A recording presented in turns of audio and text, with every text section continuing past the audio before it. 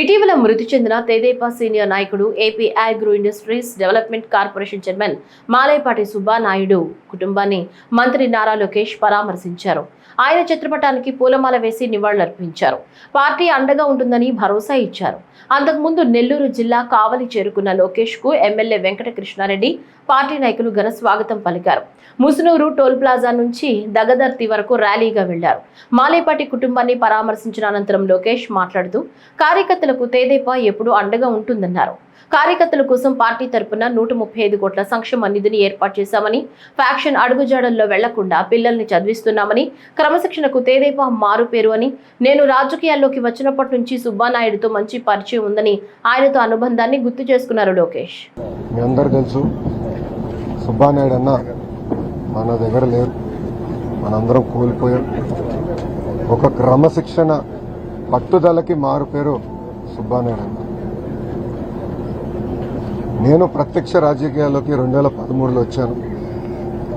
పెద్దలతో నేను ఎప్పుడు చర్చించిన మాట్లాడాను.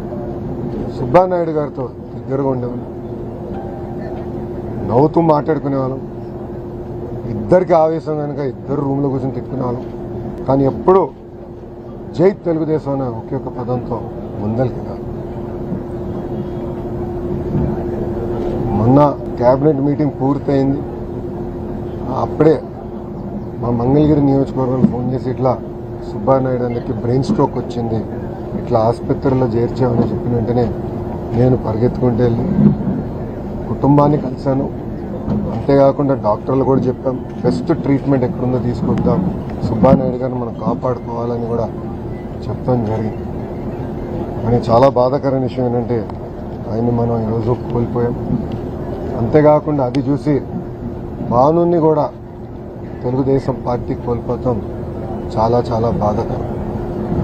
వాస్తవంగా చెప్పాలంటే మన నియోజకవర్గంలో ఒక బలమైన నాయకుడిని, రాష్ట్రంలో కూడా బలమైన నాయకుడిని ఈరోజు తెలుగుదేశం పార్టీ కోల్పోతాం జరిగింది. ఒక మండల పార్టీ అధ్యక్షుడిగా, పార్టీ ఉపాధ్యక్షుడిగా, ఏకంగా ఈరోజు ఒక కార్పొరేషన్ చైర్మన్గా సుబ్బానాయుడు గారు పార్టీకి, ప్రజలకి అనేక సేవలు అందించారు. 2019 నుంచి 24 వరకు ఆనాటి పాలకుల పైన పెద్ద ఎత్తున ఆయన యుద్ధం కూడా చేశారు. దాంట్లో నన్ను కూడా భాగస్వామ్యం చేసుకుంటూ జరిగింది.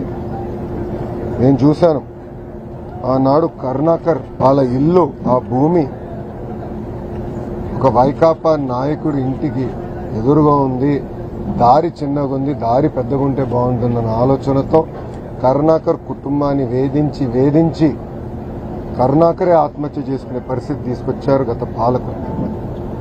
ఆనాడు సుబ్బానాయుడు గారి నాయకత్వంలో మేమందరం ఇక్కడికి వచ్చి కుటుంబానికి అండగా నిలబడతామే కాదు, ఎవరి దగ్గర అయితే వాళ్ళ భూమి పత్రాలు తాకట్టు పెట్టించారో అది సుబ్బానాయుడు గారు సొంత డబ్బులు ఖర్చు పెట్టి విడిపిస్తాం కూడా జరిగింది.